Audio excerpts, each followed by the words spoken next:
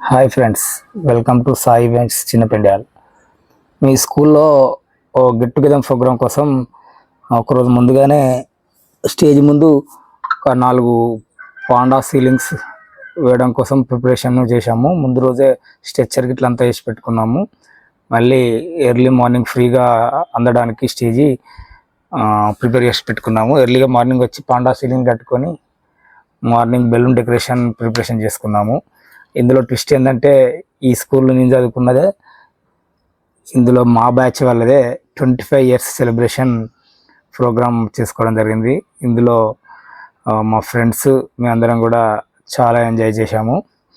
ఇక అవుట్లుక్ మాత్రం ఈ విధంగా ఉంది ఫ్రెండ్స్.